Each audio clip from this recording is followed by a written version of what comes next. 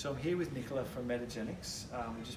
You've just done a fantastic presentation about our immune system and how to really try and improve our immune resilience.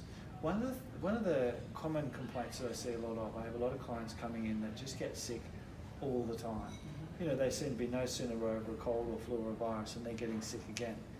And then I'll have other people come in that, you know, might get sick once a year or once every 2 years, and they get sick and they get over it without too many issues, and then seem to be on their way again. So what are your thoughts about why someone might be in this pattern of just getting sick after sick after sick? Well, I think the contrast is the people who get an infection once every couple of years and get over it. They have usually a robust immune response. So they have a good immune response, they get over the infection, they recover, they move on, their energy comes back. With people who get recurrently sick, what we see is what they actually call exhaustion of the immune system.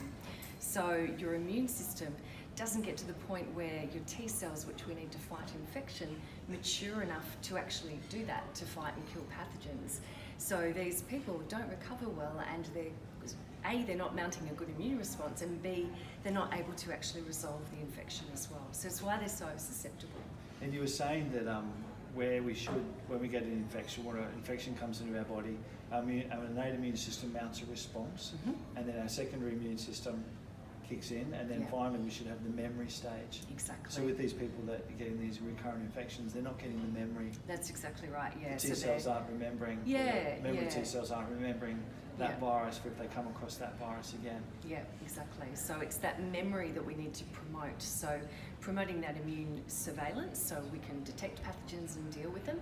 And then the memory, so next time we encounter them, we don't fall down and become sick again. Because that's something we'll see a lot as well. Like someone will come home with a cold or a flu, and everyone will get sick. Yeah. Other families, someone will come home sick, but no one will get sick. But they're all exposed to that virus. It's just that their immune systems recognise it quickly.